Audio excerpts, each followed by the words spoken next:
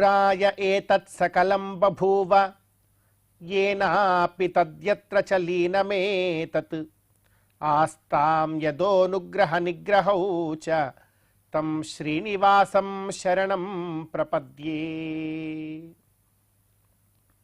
అత్యంత పవిత్రమైనటువంటి ఈ మాఘమాసంలో శుభోదయ వేళలో దేవదేవుడైనటువంటి శ్రీమన్నారాయణుణ్ణి, కలియుగ ప్రత్యక్ష దైవమైనటువంటి శ్రీ వెంకటేశ్వర స్వామి వారిని పరిపరి విధాలుగా శరణాగతి చేస్తూ ఉత్తమమైన ఈ మాఘమాస శుభోదయ సమయాన్ని మనం చరితార్థం చేసుకుంటూ ఉన్నాం.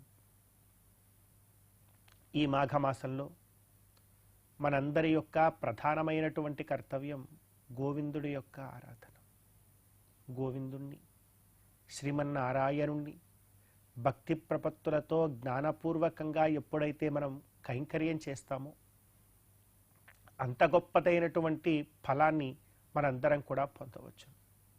అందుకే అంటున్నారు, పురాయ ఏతత్ సకలం బభూవ ఏనాపి తద్యత్ర చ లీనమేతత్.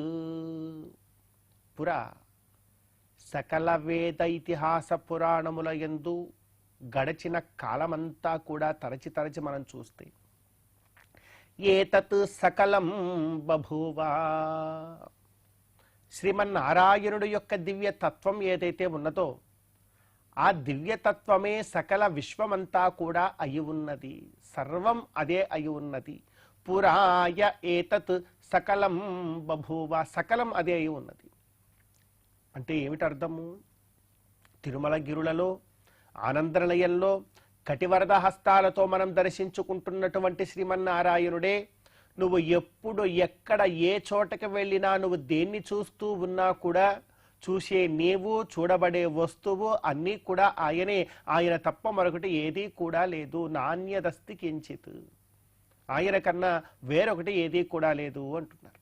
అంటూ ఏనాపి తద్యత్ర చ లీనమేతత్,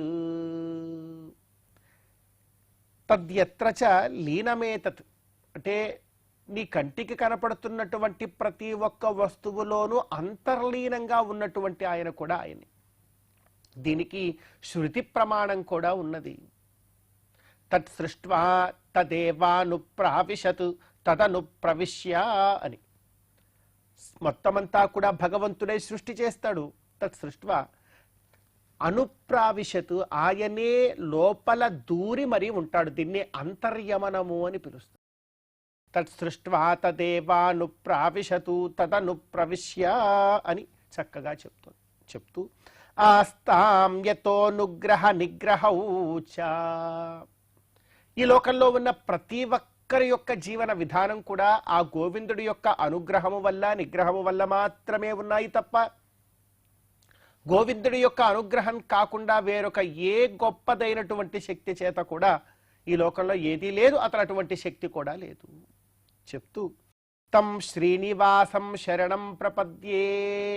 ఈ సకల చరాచర సృష్టికంతటికి కారణభూతుడైనటువంటి వాడు, నీ కంటికి కనపడుతూ ఉన్నటువంటి ప్రతి ఒక్క వస్తువుని కూడా తానే సృష్టించి దానిలో కూడా అంతర్యమనం చేస్తూ మొత్తమంతా కూడా సర్వాంతర్యామిగా దాగి ఉన్నటువంటి వాడు, మొత్తమంతా కూడా ఎవరి అనుగ్రహ నిగ్రహముల వలన నడుస్తూ ఉన్నదో అటువంటి వాడు ఎవరింతకీ? తం శ్రీనివాసం, ఎవరో కాదయ్యా, శ్రీనివాసుడు. శ్రీనివాసుడు అంటే శ్రీకి తనయందు నివాసమును ఇచ్చినటువంటి వాడు, శ్రీకి నివాసముగా కలిగినటువంటి వాడెవడో ఎవరో కాదు, మరి గుండెల మీద అమ్మవారిని హృదయలక్ష్మిని ఉంచుకున్నటువంటి ఆ గోవిందుడే, ఆ శ్రీనివాసుడే, శ్రీ వెంకటేశ్వరుడే అంటూ ఉన్నారు. కనుక తం శ్రీనివాసం శరణం ప్రపద్యే, అటువంటి శ్రీనివాసుడికి నేను శరణ వేడుతూ ఉన్నాను.